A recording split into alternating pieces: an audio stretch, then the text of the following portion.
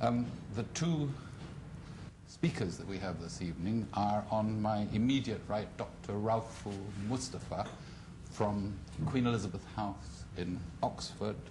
I've known him for some time as an academic deeply involved in the politics and society of his country. He is from Nigeria. And also, let me just make sure that, yes, Richard Cockett, the Africa editor of The Economist, who was in Nigeria during the election and wrote a three-pager in The Economist after the election. I should add in parenthesis that I was in Nigeria too during the election, but I was only in Lagos, where I was actually doing some research for a book that I'm trying to do. I myself first went to Nigeria longer ago than I care to mention, but I think it was 43 years ago. And I was for many years the editor of a magazine called West Africa, but I'm now a humble freelance journalist. The questions that I think we need to look at is really relating to the new dispensation. The President, Umaru Yar'Adua, was elected in a highly controversial election in April. Some people still say, and will say publicly, that this is an illegal regime, but my impression is that a lot of Nigerians, while they acknowledge the serious deficiencies in the election, which I'm sure our speakers will confirm, that some sort of constitutional propriety was observed. The President was inaugurated, as was anticipated, on May the 29th, and, as important, the previous President, Olusegun Obasanjo, left office on the day that he was supposed to, which might have been in doubt a year before, but he has therefore the not inconsiderable distinction of twice having handed over power to a civilian regime on the day that he was supposed to, which is, although you may question some aspects of his rule, particularly in the last couple of years, is a kind of achievement. But there are a number of quite serious challenges that are before the new president, who, more than a month after he was inaugurated, has still not formed a government. I wonder if I could ask both of you to set out, in your view, what you think the challenges before YarAdua are. Maybe, I keep on wanting to call you Davy Crockett. That's how I tell Americans to remember my name. It's Davy Crockett without the R. Maybe you could just give your view of a month after how YarAdua is doing. What is the present form? Is Nigeria on the brink of disaster, or is he going to be able to somehow pull it together in spite of a rather inauspicious beginning? Yes. I don't think Nigeria is on the brink of disaster, but certainly after the elections that we had in April, you know, he faces an uphill task.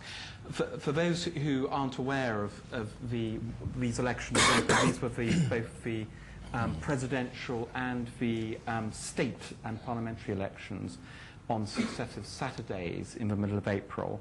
And the reason that they are always brought up is that they were seriously flawed. Indeed, in view of the EU monitors who were there, who I spoke to, they were the worst elections they had ever monitored anywhere in the world in the whole history of their election monitoring. Which gives you, and these guys have been around a lot, so that gives you some idea of just how bad they were. And it was a huge disappointment for Nigerians and for foreigners who had expected that with the presidency of Obasanjo, in some areas, he had been making quite good progress in terms of fiscal reform, reform of the banking sector, even in anti-corruption, in foreign affairs, in AU peacekeeping, in areas like Sudan, etc., and in Côte d'Ivoire. Nigeria had played a very constructive role. So the shock of just how bad these elections were was made even worse by the fact they stood in stark contrast to achievements and progress made in some other areas. But what I observed and what many other people observed, and I know some of you were there in April as well and observed the same thing, is that basically what we saw, these failed elections, were a result of deep political structural problems in Nigeria that have in some sense deepened since the election of Mr. Yar'Adua. So in other words, a new president, just a new president, however clean and uncorrupt he may be, and Yar'Adua has actually got a pretty good reputation for being a relatively clean politician, that he's got to make very, very deep changes to Nigerian society and politics if he's going to turn the country round. And I might just run through a quick checklist, if I may, of the main challenges. First of all, I think he's really got to do something about the democratic dispensation of Nigeria. This government is committed to democracy and holding more elections. Clearly, they can't go on as they are. So the most important task for him is probably to reform the whole electoral system. The obvious thing is to make the Electoral Commission, which oversaw these fraud elections in April, completely independent of government, unlike the Commission has been in the past. Secondly, of course, the most pressing challenge is probably the insurgency in the Delta. Nigeria, an oil-rich nation, is currently losing about 25 to 30% of its output due to a raging insurgency in the Delta region in the south. This, of course, not only is a political challenge to the government, it also means a major loss of revenue to the Nigerian treasury, although not much as it may seem, because some of the politicians in Abuja are actually conniving in the looting and attacks on the oil fields, which is part of the insurgency. So that has to be tackled. The next challenge is probably power. A lot of Nigeria's problems in terms of lack of industrial production, lack of industrial progress, rest on a lack of power, a lack of activity. Obasanjo's regime tried to do a lot to do this with little to show for it. Yar'Adua has said he will make it a priority. We'll see whether that's true. Fourthly, anti-corruption. Corruption in all its various forms lies at the heart of a lot of what is wrong with Nigerian politics. It's endemic at the state level and at the local level. It's badly entrenched at the presidential and federal level as well. Obasanjo had made some progress on this front. He'd appointed a feisty, we were just discussing him, we agreed the correct word for him was feisty anti-corruption commissioner called Mr. Yar'Adua, who's a comparatively young 41, 42-year-old former police officer. He had begun to go after the state governors, the corrupt state governors, where most of the corruption is entrenched. Nonetheless, there were a lot of questions over whether he was politically biased in his anti-corruption drive in favor of the ruling party. So there's a question mark hanging over both his methods and his political allegiances. The anti-corruption drive has to move forward if Mr. Yar'Adua is to have any, I think, credibility with particularly the foreign investing community. He has to show that he takes anti-corruption seriously and has to beef up that side of the regime. He's made a smart move last week. He became the first Nigerian president ever to declare his assets in a move for greater transparency. He revealed that, amongst other things, he has 31 cars. and the total assets amounted to, I think, $5 million. This surprised everyone and has been taken as a welcome sign that he has set an example that other Nigerian politicians should follow. It's sort of akin to the British MPs registering their interest and their holdings and shareholdings in the members' register in the Houses of Parliament. So that's a sort of relatively good start in that action. We'll see how far he can take it and how far he must go. Two other things quickly. First of all, in terms of the macroeconomic stability of the country, this is again an area where Obasanjo actually did relatively well, bringing inflation down, reforming the banking system, etc. This has been put in jeopardy. The gains here have been put in jeopardy by the political mismanagement and the terrible election. It's scared off investors. People are taking a hard look at Nigeria, particularly if they want to get involved in the Delta region at the state level. So that the investor community has to be reassured, and he has to continue that good work which was done by his predecessor. And lastly, probably, is the style of rule. As you say, it's a bit early to assess what his government's going to be like because he hasn't appointed any ministers yet. Those people he has appointed, it's the mixed record. One of the things he said when he became Prime Minister, President, not unlike Prime Minister Gordon Brown, is that he was going to have a government of sort of all the talents. What he meant was by that was to have people of other parties as well as the PDP in his government. Again, this has been somewhat of a false start. There have been negotiations with both opposition parties. A faction of an opposition party has said they would join the government.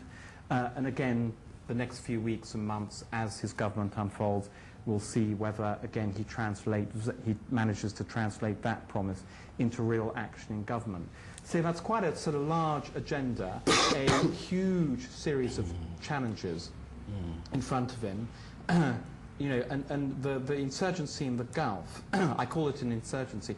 It is a full-blown insurgency. It's an insurgency on the scale virtually of what's happening in parts of Afghanistan or parts of Iraq, where people are being killed or kidnapped almost every week. MEND, which is the main insurgency group there, declared a one-month ceasefire, a truce, which comes to an end, I think, at the end of this week. And so far, they have said that they've seen nothing from the new government which would persuade them not to go back to the insurgency. And one of the reasons why MEND has become so powerful and why the insurgency in the Delta region has become so powerful is that's where most of the huge corruption at state government level and at the local government level exists. I mean, these state governments have huge budgets, often more than the entire country budgets of other West African governments, like Mali or Guinea-Bissau. And it's basically squandered on wastefulness or corruption. The money is there to do something about these problems.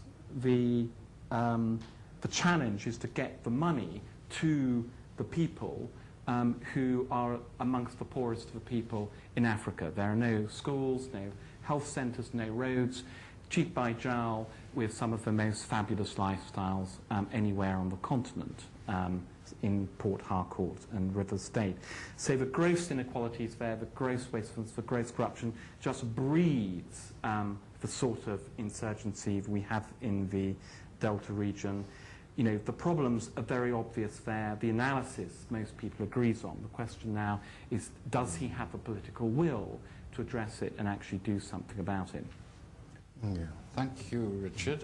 Ralphu, how far do you go along with that analysis? Are there other points of emphasis that you would wish to make? Is so far what you see from YarAdua, for instance, his attempts at political conciliation, which is understandable in a way because he's trying to get more credibility for himself, how far, from what you see, do you think it's working? Yeah, I think I'd like to return to some of the points Richard made earlier, just to try to contextualize them, both in terms of the dynamics in Nigeria and the expectation others outside have of it. Now, when most people talk about what's going to happen to Nigeria, they often have at the back of their mind the list of good things Obasanjo had done, which implicitly they expect to see continue. But the reality is that that's where the problem started, or that's at the root of the problem in many ways. And I think to jump the argument, I don't see YarAdua continue with any serious reforms in the next 12 months, effectively. The nature of the reforms, welcome as they were problematic in a number of very fundamental ways. You pointed out the fact that the fight against corruption soon became another instrument for the president to use against his opponents. It lost legitimacy, and I think most Nigerians still welcomed it. Better to catch one thief than to let all of them go. And there's a proverb, a Nigerian proverb that says, misogynistic as it is, the cane that was used to beat the senior wife is there in waiting for the second wife when the time arrives.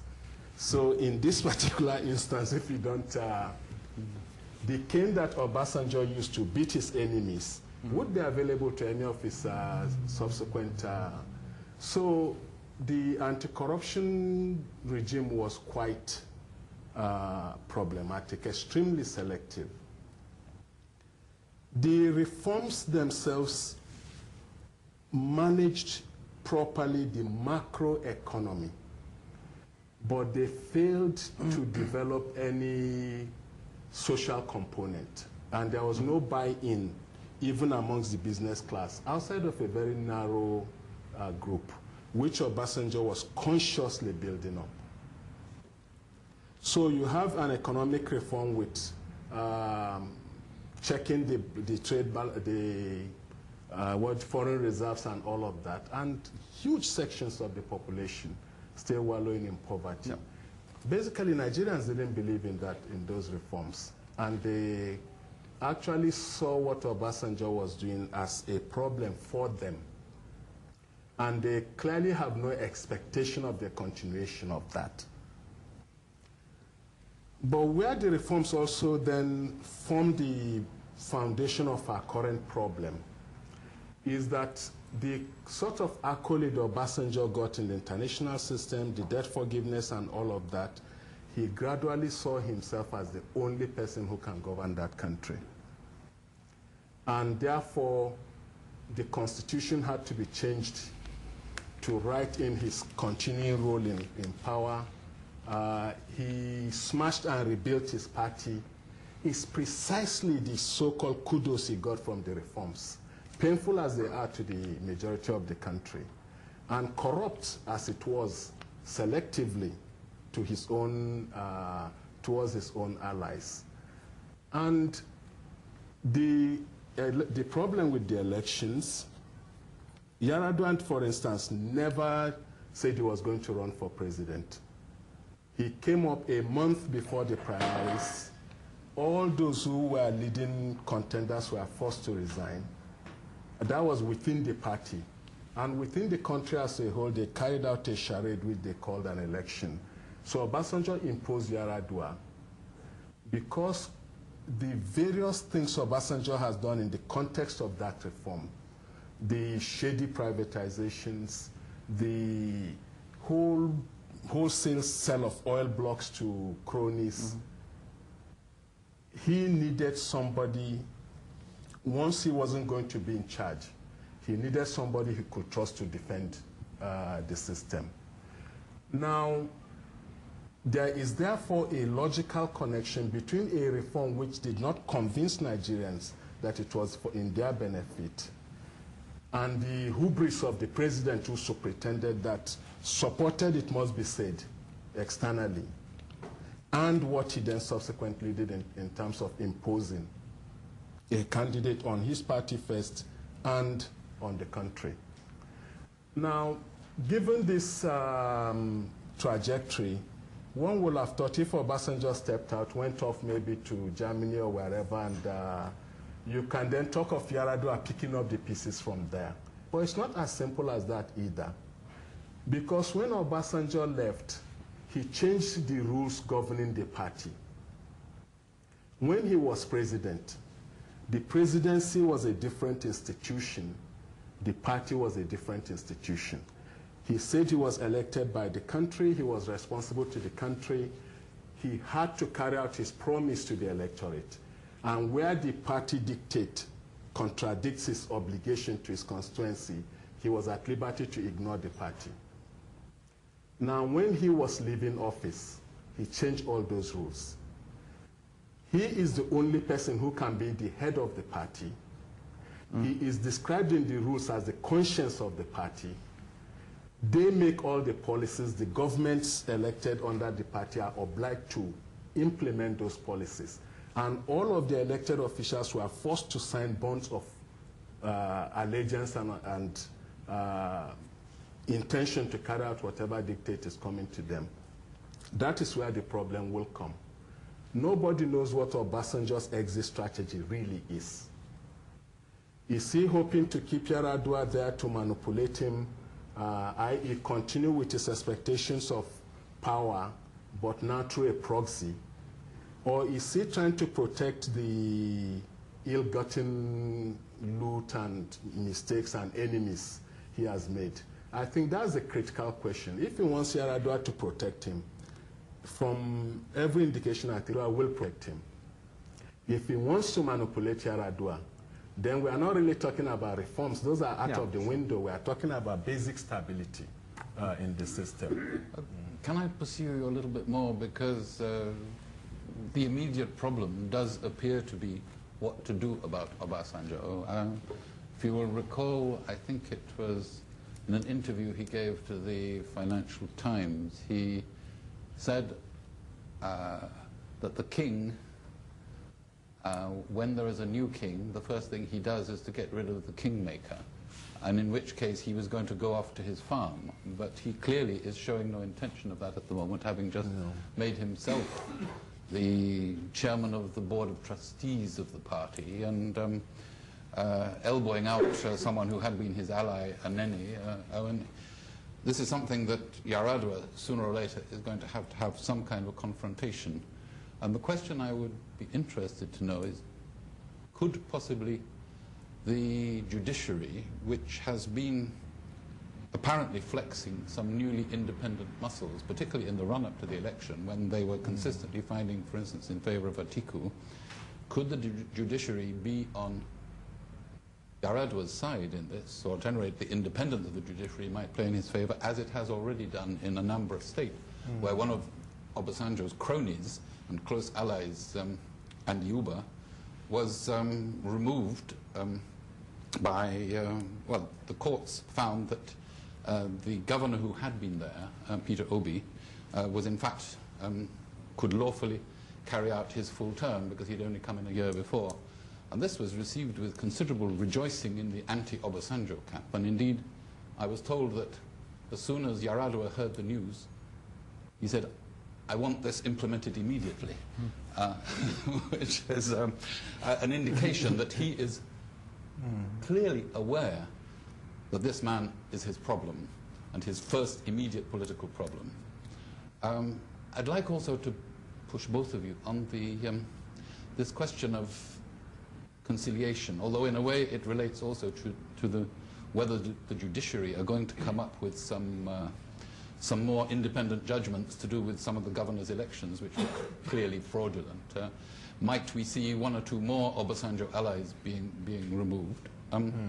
I think that there is a lot of interesting things there, but the splitting of the parties, also the factions that seem to be willing to go into government are probably the more corrupt parts. I mean, look at the governor of Zamfara state in the ANPP, for instance, who seems to be willing to have a dialogue, and he hasn't been mentioned among the governors that have been praised very much, but he is, according to all one's knowledge, one of the more dubious characters.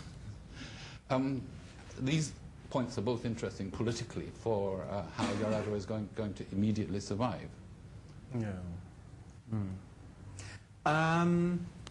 Yeah, I mean, it'll be interesting. I mean, there was some sort of hope just before the election and around the election that indeed the judiciary was, I mean, several people said to me, but the judiciary is being as independent as it can be within the system, and that is, the only slight check and balance that we have. Probably a test of that will be these election tribunals, because we're now in the season of virtually every result at the state, the local, and indeed the presidential level. The result of the election is being contested. So it's going to be a very interesting exercise in how swiftly they do this, because usually it can take an awfully long time, by which time everyone's lost interest and we all go back to where we were before. And whether it's going to be done fairly. So we'll see. Anyway, that's what people told me. I'm not a great expert on the legal, constitutional, the judiciary of Nigeria, but that's what people told me before the election. Just 2 points quickly, just on what I've said. I think we differ slightly on what you call the buy-in to reform program, because I understood quite a little differently from Nigerians. I thought there was quite a lot of buy-in to the reform program, particularly the anti-corruption drive, the stuff that YarAdua had accomplished. And I think that did raise expectations, as it might have bred hubris in Obasanjo. I'm sure it did. And I'm sure the international acclamation that came with some of the perceived success certainly created some hubris with Obasanjo, which meant that he felt he should take the third term and only he could follow through this program. And indeed, that's how his defenders pitched it, that indeed he was the only person who could continue this good work. Without, of course, realizing that a strong component of that should be a democracy and constitutionalism, which, of course, running for a third term broke. So I would agree. So I think people were expecting and hoping that someone like YarAdua would continue that sort of work, and we'll see whether he does. Because the one thing that we're certain of, the one thing about YarAdua's reputation for politics is that he was a relatively uncorrupt and good governor of Katsina State. That's about the only thing that he has going with him. And just one other quick point on the economy. The reform program, however, we don't know how much the reform program is established because of course, Nigeria's relative macroeconomic prosperity over the past few years is entirely due to the high oil price, which has nothing to do actually with what happens in Nigeria, except for the fact that, of course, every time MEND blows up a pipeline or two, the price of oil on the world oil markets goes up because of nervousness about Nigeria. So ironically, the more MEND blows up pipelines in the Niger Delta, so the more money flows into the Nigerian government's coffers. It just about offsets what is lost from well, exactly, production. that's right. So this has, of course, created various kind of wonderful conspiracy theories, which maybe others would like to go into, but anyway. Yeah. Richard, I don't want to belittle what the government has done. They've done a lot across a whole range of things. And if you look at it in terms of individuals and particular ministries, it's even more spectacular what they've done. I think the point I was trying to make is the sense in which the reforms then gave Obasanjo this notion that he can exercise unconstrained power. And what I found very striking about it, if you compare the British and the American response to all those moves Obasanjo started in 2003, the foreign officer was remarkably dubious about sitting very neatly on the fence. And the reading I got from it is that anything to continue the reforms is okay by us. That was my own reading. And the Americans, on the other hand, read it very correctly. This power agenda that this guy has embarked upon will lead to fundamental crisis that will then threaten the whole country, and they fought him consistently on that basis. So the point I was trying to make is the sense in which the reforms form the basis in which unconstrained power becomes a possibility. tolerated not just in Nigeria, which is not surprising, but also here amongst people who should know better.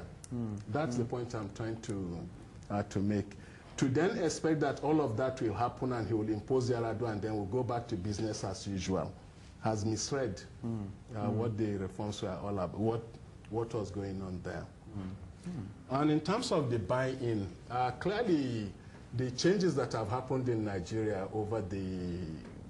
since 2003, quite fundamental in many ways, moving from 80-something banks to 25 and all of that. There has to be a certain level of buying in. It's a very narrow section of the country.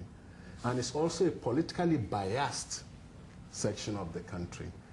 The only good thing about them, in terms of the old cleavages of Nigeria, region, religion, they are completely across the board. So they do represent Nigeria in that fundamental sense. But they were such a narrow in society. Funnily enough, they control so much now that one of the reasons why YarAdua cannot do anything is that Obasanjo has a number of guns pointed at him, including that economic group he's created. In the last week or so before he left, he gave out contracts. Vis-a-vis oil blocks, and oil blocks, the petrol contracts. Very narrow group of people. You cannot go after him, and if they choose, they could mess up the economy on his behalf. And that's just one of the guns he has to the guy's head.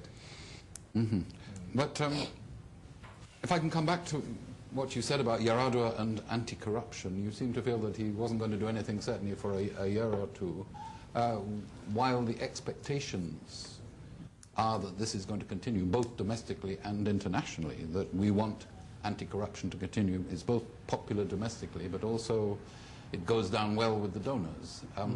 There was something I picked up from the internet yesterday, something in one of the Nigerian papers, that apparently YarAdua has decided to switch the anti-corruption campaign to the Independent Corrupt Practices Commission, away from the EFCC. How significant is this? Because this looks in a way like slapping down, probably because governors had been complaining about unjust investigations. You seem to think that this might confirm what you're saying, in fact, that there are going to be no prosecutions. No. I mean, YarAdua was one of quite a brave guy that he is. Towards the end, he was basically doing Obasanjo's bidding and is politically compromised, shifting corruption away from him to the institution that was originally created to tackle this thing, weak as that institution is. Seems to me to be sending out a message that I want to be even-handed. Let the right institutions do their work, and presumably if they don't, then we can address that issue further down the line. YarAdua should concentrate on the task for which his own organization was set up in the first place, money laundering and financial crimes. Which were its initial successes. Exactly. I mean, and the fact that the Inspector General of Police, who was removed by Obasanjo on his last day, is already in trouble with the courts, isn't he, Ehindero, is a sign that some anti-corruption measures are continuing. Maybe we have to wait for the new government, I don't know. It seems that you're doubtful, but not quite sure. Yeah, and the other thing many people have been doing in Nigeria is to talk up YarAdua's personal qualities, which are quite, by Nigerian standards, sterling. So, but it always happens when a new man comes in. Look at Gordon Brown. No, he's quite different, actually. Another sterling character. No, YarAdua is no Gordon Brown. He hasn't got the staying power in some areas. But he's got some moral courage. Well, those that know him do say that he does want to be his own man, that he is very determined on this, and that he also, his background, although not much is known of it, but he was in the Second Republic back in the early 80s. He was in the radical Northern Party, or so-called radical, the PRP, which was courageous even at that time, when he was a lecturer at Ahmadu Bello. And so he has a certain amount of track record of being independent-minded. and not necessarily kowtowing to the northern establishment, to the emirs, etc., although I see that he's using the emirs to try and persuade Buhari and Atiku to drop their petitions. So he obviously has to work within a particular environment. Yeah. I don't think the quality of the man is any part of the problem at all. He is much better than most Nigerian leaders in terms of his personal integrity, his commitment to his constituency and all of that. That wouldn't be where the problem, I think, is. The reality is that, and on top of that, I think everything he's done now suggests that he wants to break away from Obasanjo's stranglehold. And that's the logical thing for him to do. But whether he can do it, I think, is what's debatable. Yeah. You mean that the party may, well, has already been trying to enfold its tentacles around him insofar as possible, and the Obasanjo problem is an ongoing one. Yeah. There are so many Obasanjo creations, of which he is one, it must be remembered, which he has to contend with. Yeah. And he doesn't have the base or the support. I hear he's trying to recreate his brother's political movement. Yeah, so that is a question too. Yeah. How far does his brother's own prestige as one of the martyrs of the military regime, does this help him politically? I mean, this is one reason why Obasanjo put him in, isn't it? To play on the YarAdua family prestige. Yeah. Yeah, I guess that was part of the calculation. His senior brother was a very known political quantity, very methodological in his approach to things. And this junior brother was seen as an inheritor of that mantle. Yeah. But he's not his senior brother, really. He hasn't got the organization. Half of that organization has broken away from the ruling party to the opposition. So I don't really see him getting that together. He also doesn't have a network in the military like his brother, and retired generals and that sort of thing. No, he doesn't have that. Richard, could we come back to the Delta? Because if one is looking at the overall picture, the extent to which Nigeria may become ungovernable, you seem to be saying that you think that the Delta situation is actually going to get worse, whereas a lot of people were expecting, perhaps optimistically, that Vice President Goodluck is from Bayelsa, the first Vice President, anyway, or the first person right at the top to come from that area, I seem to think. And so this was looked as being a good omen, and he certainly seems to be active in going down there trying to knock people's heads together. But how much, how important to politician is Goodluck, and how you were in the Delta during the elections?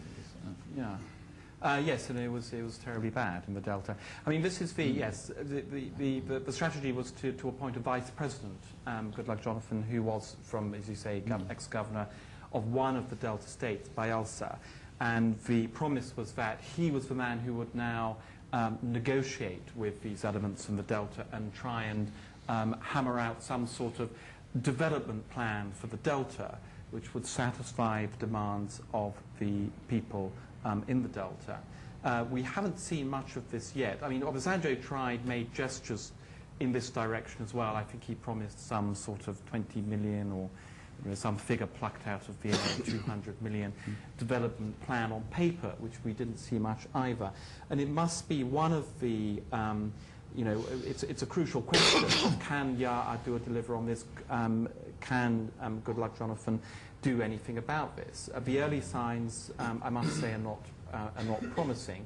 And people always said before the election that if anything is going to be done here, the new government has to move fast. It has to bring people. They'll have a period of grace when the people of the Delta are going to watch what they're going to do. Are their promises serious about offering something for the people of the Delta? And we haven't seen anything very much so far. And men's response to this has been to promise to go back to violence within a few days. So none of that's very promising. I mean, the problems have got more and more deep-seated in the Delta, more and more intractable. The politics there are absolutely terrible, and the governors there are absolutely terrible. But it's not impossible. When I was there in April, I went to the state, the furthest eastern state on the Niger, on the coast, which is Cross River State. And there, a good governor has done very good things in that state. That was Donald Dukes. And he has no oil money. So the contrast is quite stark there. You have states with no money, which actually manage to do pretty good things. And you have states with budgets of $1 billion in oil money who manage to do absolutely nothing for the people. So, once again, these problems are not intractable. Things can be done about them if you have the political mechanisms in place and if you have the political will. So, as I say, the challenge is up there for YarAdua. So far, he seems to be falling down on the job. We'll see. Well, it's a bit early, but I see the ominous signs. As I say, the thing is that, before the election, everyone said, if anything's going to be done about this, you have to move quickly. It's like here, you have a honeymoon period. It's normally intended to be 100 days. If you haven't moved in that 100 days, usually you've lost the political momentum, the big mo, as the Americans call it. And, YarAdua hasn't even picked anyone for his government, let alone come up with any plan for the Delta. Yes, there are those who say that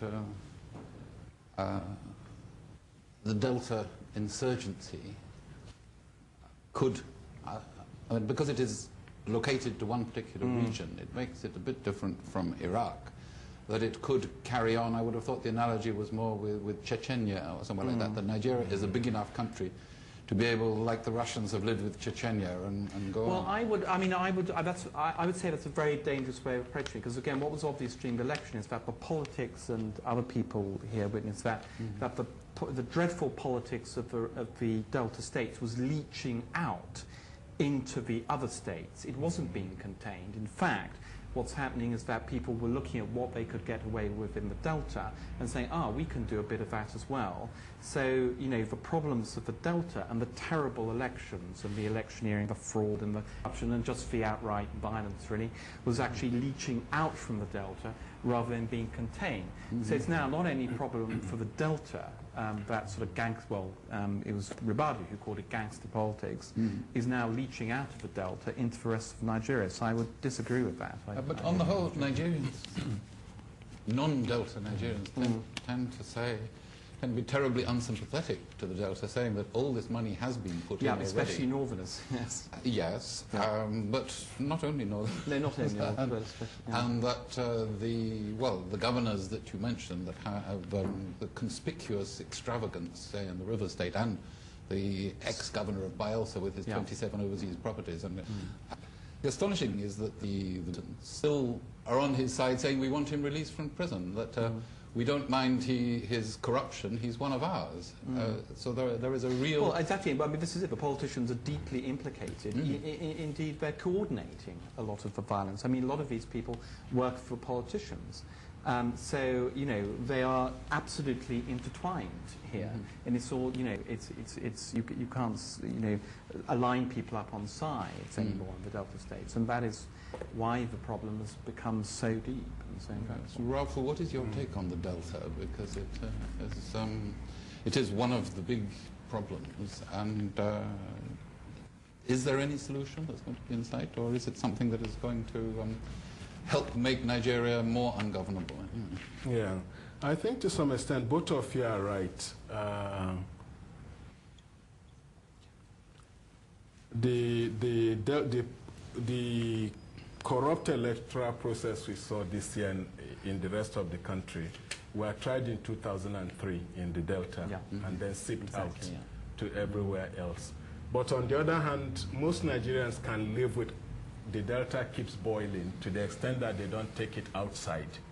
Already investments are falling in the Delta much more than anywhere else outside of the oil industry. A lot of disruption, they can't build roads because the companies can't go there.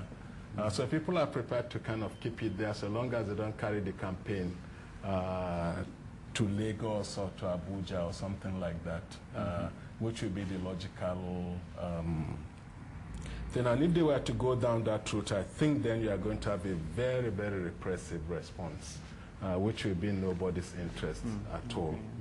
But coming to the question you raised about the problem of the Delta, there are two things YarAdua needs to do.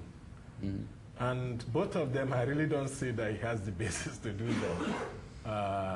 The first is that the Delta states are asking for their share of the oil revenue to go up from 13% to 50%. That's their opening bid. That's a bargaining counter, but I think so. They certainly wouldn't accept less than 25% at that constitutional meeting. Then they said, okay, let's start with 25%, and they were offered 17. I think that was a bit mean-spirited. Yeah. And I don't see YarAdua convincing a sufficient non-Delta constituency to shift fundamentally along that line on current trends. Yeah, that's problem number one. And why that is difficult, which is problem number two, is that Kano State, with a population of about 10 million people, has an annual budget of 50 billion naira. Rivers State, with less than half of that population, has a budget of 150 billion and is asking for more. In a very corrupt system where the 150 million were not, from what you've written, it's all being frittered away into thin air. So there's an objective reason. It's not just Northerners or anybody. It's an issue of citizenship. It's an issue of equity. It's even economic rationality. Why do you give more to people who have shown that they are incapable of managing the little they have? So the second problem is that corruption has to be fought at the state level in the Delta. And again, YarAdua can't, I don't see him do, he doesn't even have the constitutional powers to do that in any directions anyway. So those are the three things that need doing. Give more money to the Delta and make the money count to the ordinary person. And more seriously, one doesn't see Goodluck Jonathan doing it either. No, certainly not. Before I like to open this to the floor of the House, I would just like to make one little point, that I don't think that all the electoral malpractice and rigging and everything began in the Delta in 2003. The first election that I ever covered in Nigeria was the Western Region election of 1965, which, in my view, with due deference to the EU, was probably the most heavily rigged election in Nigeria's history. It led 3 months later to the first military coup in Nigeria, because it plunged the whole of the Western region into near chaos. And so I think that the deep problems of the way in which election rigging, violence and thuggery has been part of Nigerian political culture since almost before independence it's something that you can't just say, I'm going to reform this and leave it like that, although something seriously needs to be done about it, but it's not going to be such an easy task.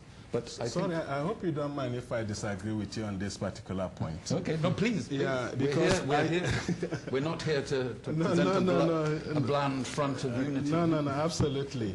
And because it's at the root of some of the current debates going on in the country. We've always rigged anyway, so what's different this time around? Let's just get on with it. And no, this election is different. It's qualitatively different from the elections we've had before. It opens possibilities that have never been there in terms of instability, in terms of impunity, and in terms of riding roughshod over any semblance of popular will or so.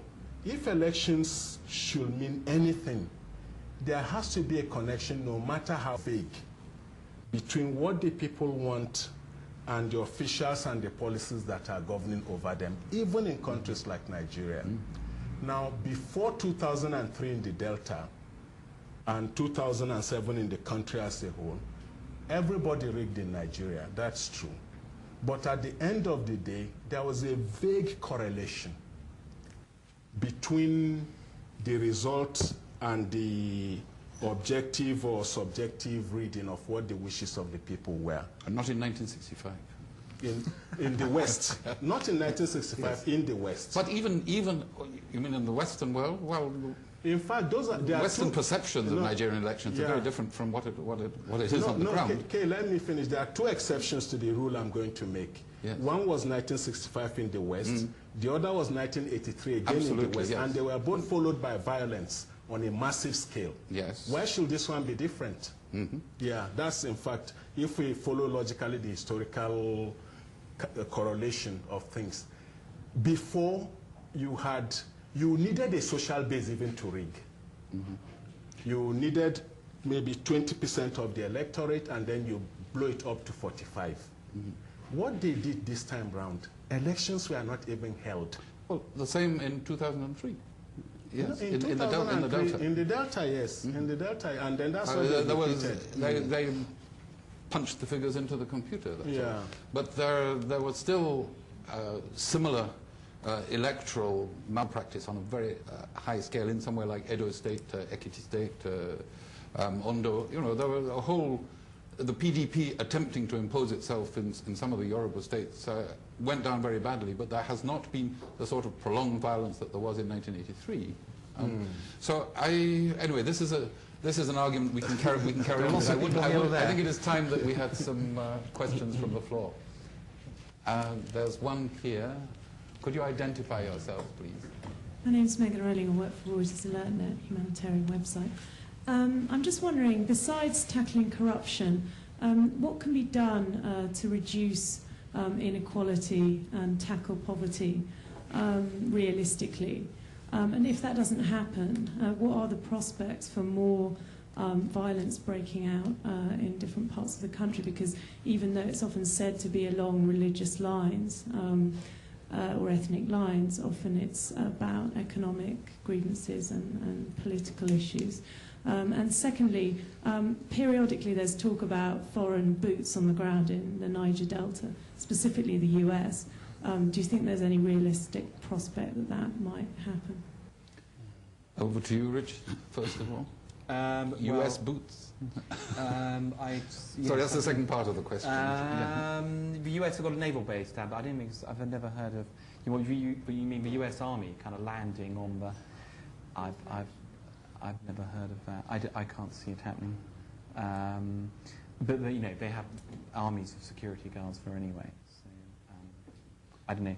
I mean, the only thing that would happen is, from a security point of view, is to go more and more offshore, which is what they're doing, which insulates you to an extent from the insurgents in They do have a military presence in Nigeria for training purposes. Yes, they do.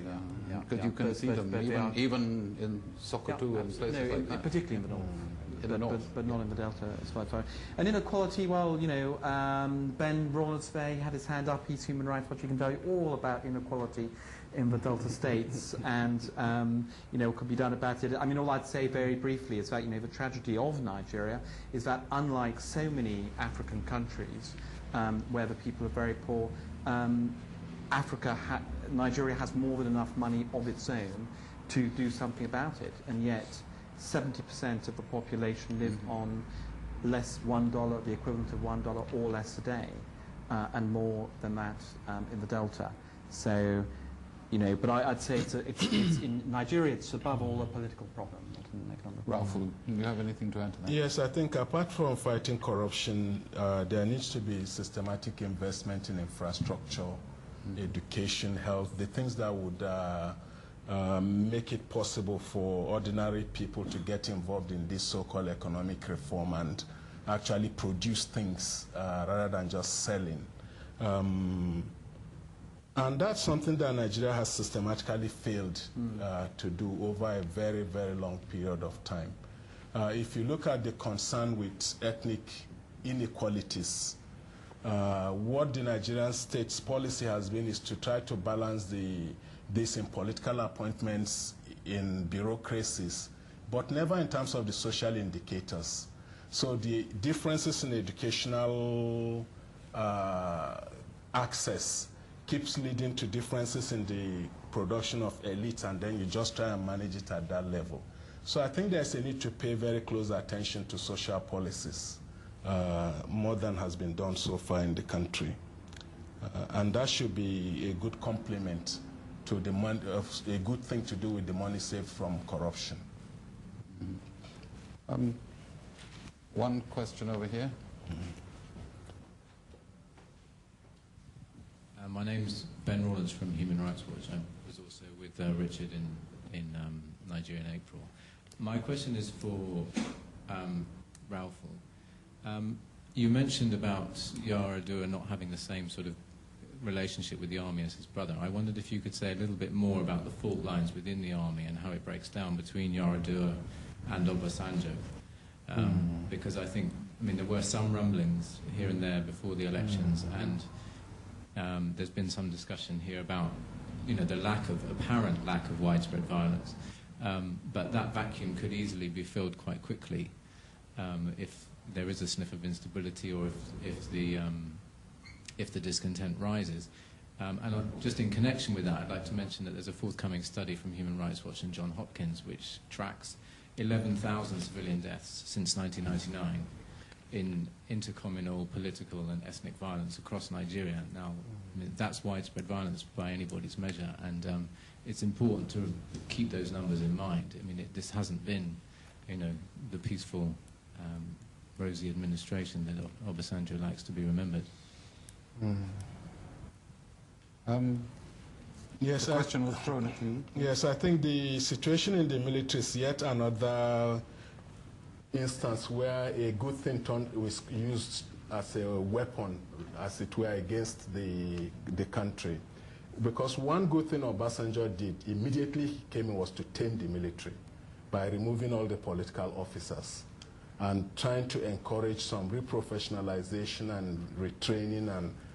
But then, if you look at what he did a week before he left, is to appoint new military heads, which seems somewhat unseemly. If another president is coming in a week down the line, it will look logical to allow him to put in the people he will like. And I think, again, what Obasanjo is trying to do there is to position people who have loyalty or allegiance to him of one sort or the other. And it's not surprising that 2 or 3 weeks after that, there are rumblings that YarAdua is not getting on with the military staff, command staff of the army, which they have denied, of course. So it's not really clear. What seems the only thing we can go on so far is that the current guys controlling the military are better educated, more professional than the last lot who were responsible for the season of coups. And I think they are a bit more sober than some of those as well. And they therefore recognize that if they can strike and remove the civilian leadership, no doubt. But I doubt that they can hold the country together after that. And they must also be reading it's not just the Niger Delta that has that potential to disintegrate should it come to that. So that may be holding their hand.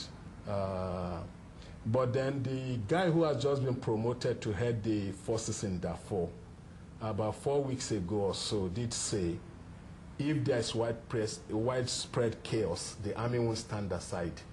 Now, what that means is open to interpretation. Are they going to go in to impose the will of the civilian administration? Are they going to sweep the civilian administration aside? Nobody knows. Richard, you... I won't add anything to that. So. How important, Ralph, is the, in brackets, the continuation in office of the Chief of Staff, General Abdullahi Mohammed, who has been at the center of Nigeria's security machine since the 1970s.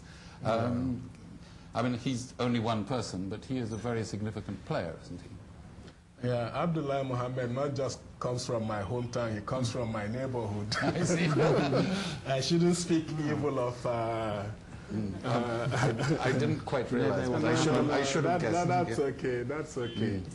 But Abdullahi Mohammed is a thoroughgoing security officer. And if he survived all the 8 years of Obasanjo, there must be something between them. And I understand also that in the early years of the conflict between Atiku and Obasanjo, he was the critical person, trying to keep the ship together and all of that. Which then raises the issue, why did they keep him there? Is that another part of the Obasanjo chess game, or again, not clear? Yeah. I think, well, I don't know. I mean, the security considerations were pretty important, and he has held it together on more than one occasion.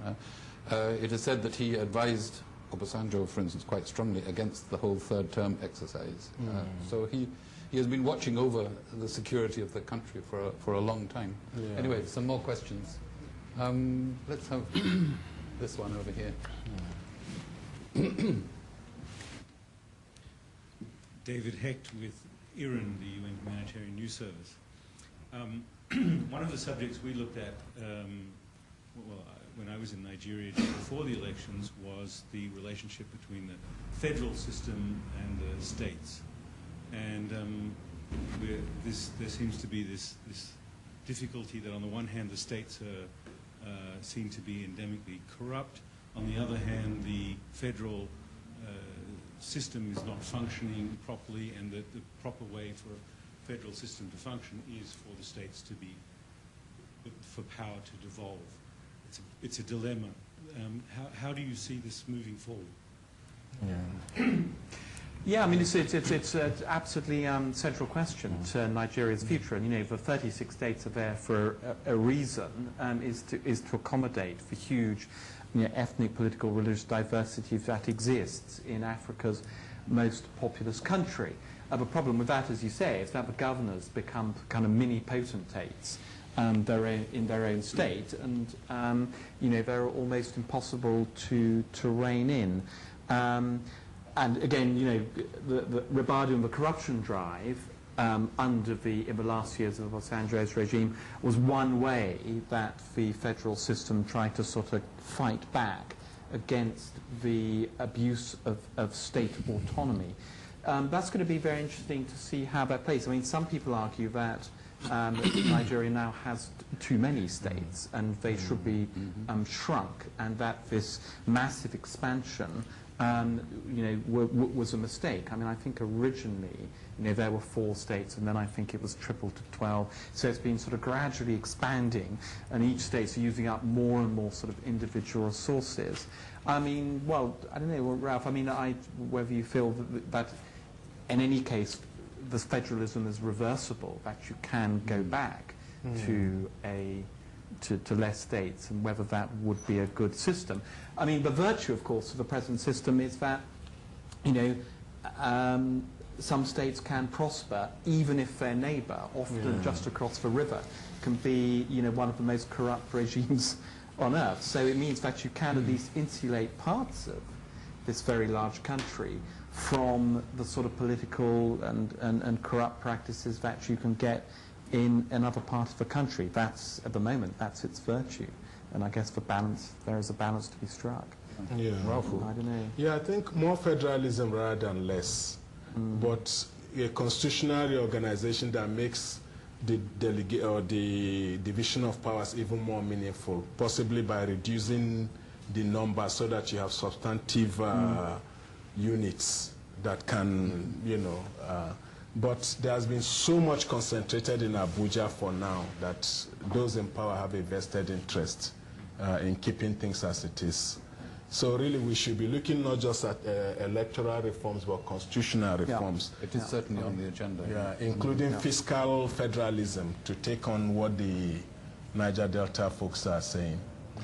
Particularly when the third term thing was thrown out last year, a number of constitutional reforms were thrown out with it, including particularly an end to impunity for governors, which would help immensely in cleaning up the corruption in the states, which has been among the worst. One here. My name is Vasilis. I'm Greek and I'm a freelance journalist. Well, I'm not really an expert on Nigeria, so I would like to ask what is the influence of the guerrillas in Delta to the population around it? What do they actually ask? Why are they fighting? And thirdly, does this have to do anything with their tribe or their religion, or do they pretend that this is the reason why they are fighting? Thank you. Richard, you're our Delta man.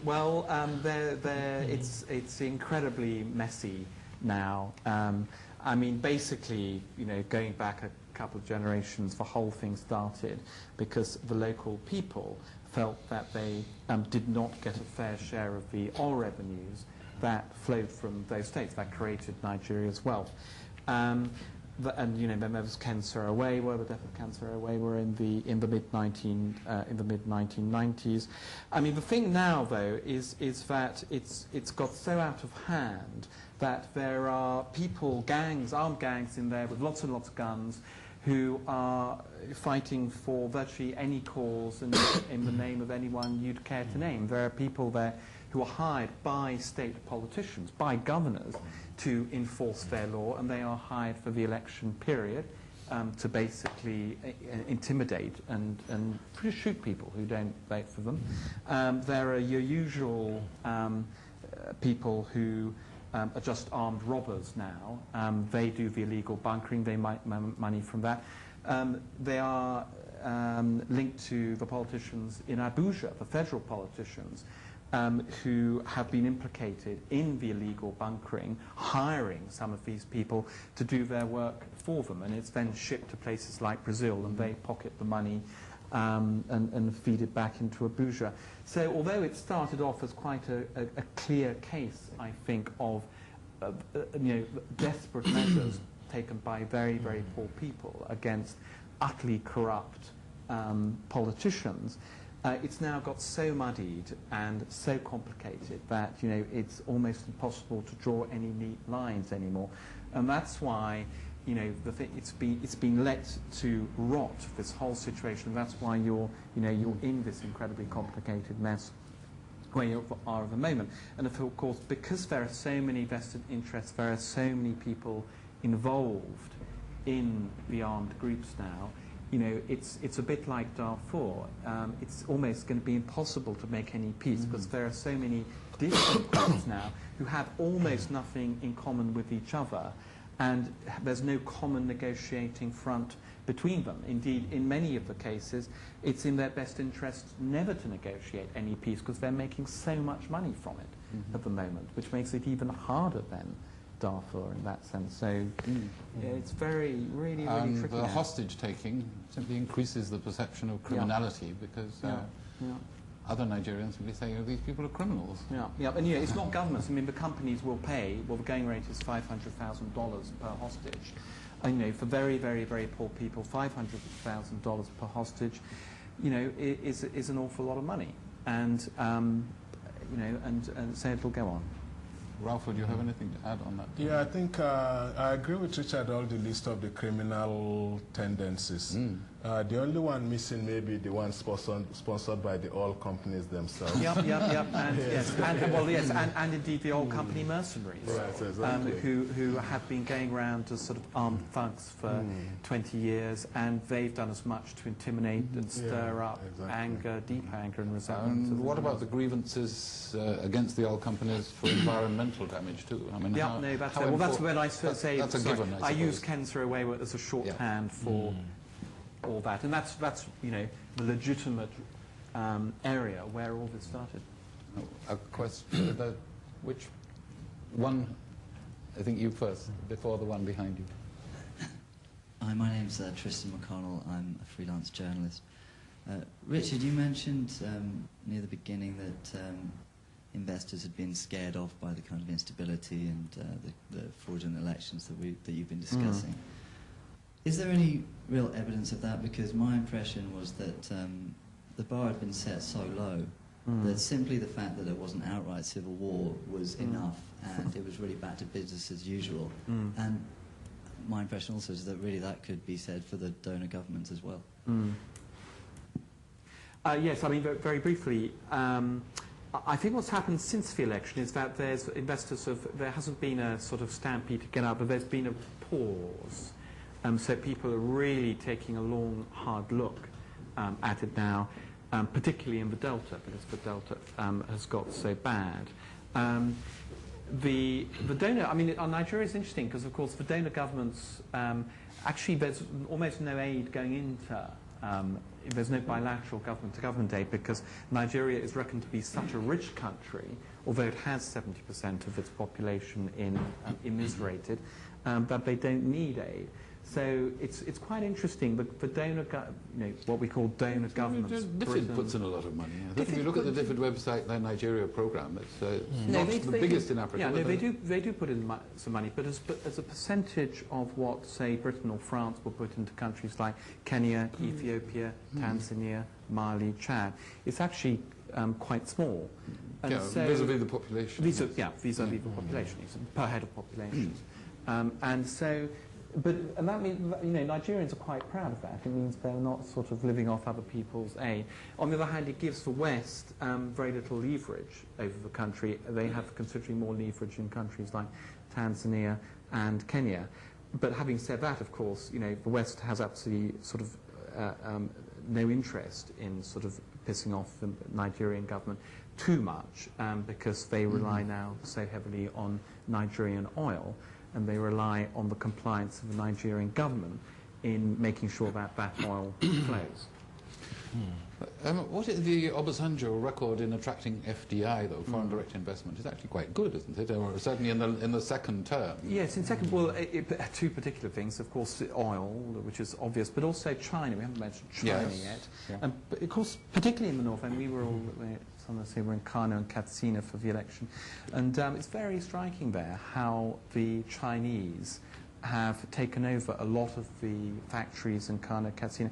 There's a real presence there, and that was, part of the Obasanjo story, was that he was making it an attractive investment opportunity for the Chinese. Although, of course, they weren't at the sharp end of Nigeria. They not so much in the delta. Although, of course, their first oil workers have begun to be kidnapped. I think at the beginning of this year, the first, 5 Chinese engineers were taken. So once again, that's going to be very, very interesting. For the first time, the Chinese are getting, at the receiving end of the violence in the Delta, and that may affect some decisions they make as well. But, on the overall, the not so much investment, it was debt relief that Nigeria won, but Nigerians were hoping that foreign investment would flow from that. I mean, they just to give you one example, they've opened this great, the new Bollywood studios in Tinapa in Cross River State, and this huge development which I went to in April, which is the largest business park in West Africa. Huge, great warehouses, shopping complexes in Tinapa, in Cross River State, outside Calabar. All now empty, waiting for the foreign investment to stampede a 250-room luxury hotel on the banks in the middle of this very obscure jungle location. And they built the roads there, so they're waiting for it to happen. So, they're hoping that because of what Obasanjo, the perception of what Nigeria has achieved, the investment will follow. So it's dangerous. I mean, if the insurgency grows, if the Delta gets more and more violent, etc., and the politics is grim, there is something to lose there. In fact, there's quite a lot to lose. Ralph, investment, Chinese? What? Chinese, South Koreans, Indians, yes, they are stepping in major ways in the infrastructure process. Yeah. Are they going to rehabilitate the railway? The contracts have been signed. Not through due process, it must be said, but they've been signed. Sorry, there was one question at the back, and then we have, I think we're probably getting near the end, but... Rob Winder from Al Jazeera. And I was just wondering if you mentioned Darfur. I was just wondering if you saw any change in the YarAdua government compared to previous administration in terms of the AU and Darfur and regional foreign policy. Well, that's going to be very interesting because Nigeria has contributed the largest amount of troops to the 7,000 AU peacekeeping force in Darfur. And the AU is meeting at Ghana in Accra at the moment. And one of the big questions the UN has promised to now send 20,000 troops into Darfur, and the Sudanese government has sort of consented to this. the Nigerians will expect to make a larger contribution. I mean, foreign policy, AU peacekeeping, and AU matters continuity is an area where Obasanjo really made a mark, and where he most impressed Western leaders. So I would expect, knowing that YarAdua would continue in that vein, and would continue being a very active participant in the AU. He'll keep Nigerian troops in Darfur, and they might even get paid under the new regime. Who knows? But if he's clever, he'll certainly make more of a sort of hit at the UN. He'll certainly try and increase Nigeria's influence of the UN, because it now contributes so much to forces like the UN. I mean, the AU is currently wanted in Somalia, it's currently wanted in Darfur, let alone anywhere else. So, there's plenty of scope there for Nigeria to play They still have an eye on the Security Council seat, and they have Ralph, anything else? Yes, I think Darfur is likely to go up the agenda, if anything. A Nigerian has just been appointed the head of the hybrid force, though he hasn't taken office yet. And if I remember correctly, the current secretary to the government of the Federation used to be the AU person, handling Darfur as well. So all of this put together is bound to get more attention than it's received up to now, which was quite considerable. A question here. Richard Singleton, not from a press organisation. Is there anything that any of the foreign oil companies could be doing to improve the social and political circumstances in Nigeria? If there is, well, the short answer is yes. I mean, the Chinese argue that their presence, they've bought a lot of the oil blocks, they're developing. Their quid pro quo is the investment in the roads, in the infrastructure, and they've signed what looks like, enormously promising deals in terms of cheap loans and investment to do a lot of this stuff. So we'll see what happens with that. It's early days for Chinese. I mean, Shell, if you go down there, the Shell PR guys will say, well, I mean, what happened to me last time was, you go down there and a couple of weeks in advance you ring them up and say, I'd love to see some of the, schools you've built for the local people as part of your, good governance project and, repaying the communities for ruining their environment. And they'll say, oh, yes, we'd love to take you out. And you arrive there and, then you get rung up on the first thing. They say, very tricky situation at the moment, very dangerous, impossible to go out there. But we'll see, maybe tomorrow we'll go out in a tank and we'll go there. And then they ring up the next day and say, tank's not good enough, I'm afraid, very tricky situation out there. And so what happened to me is I never saw anything that Shell had done. And I never went to any of their platforms. It's really a total lockdown now in the Delta. You can't see anything. And Shell will argue that they've given, I can't remember their figures, they've given £2 million a year recently out of their revenues, which is 0.something% as on top of what they give to the government in taxation. And they've built local health clinics and hospitals, etc. And they have all been firebombed by local militants. They have all been bombed and machine gunned by militants who don't want them to claim any credit for helping the local people. And you can't see any of it anymore, frankly, because it's too dangerous to go anywhere. So, Shell will say that they have been forced out of doing any of these projects by the violence in the Delta. And of course, the militants will say, well, the reason we've taken up arms in the first place is we never got any money out of you when you could have made a difference, which I would entirely agree with. And if you go to Ogoni land, which I went to, the places where Kansaraway went to, it's hell on earth. And they exist in the middle of, there are there's uncapped oil wells spilling oil out into their land. 12 years after Shell last pumped any oil out of the place. And, it's disgusting. And, it causes endless health problems, environmental, but they can't grow any crops because the fields are sodden in oil slicks.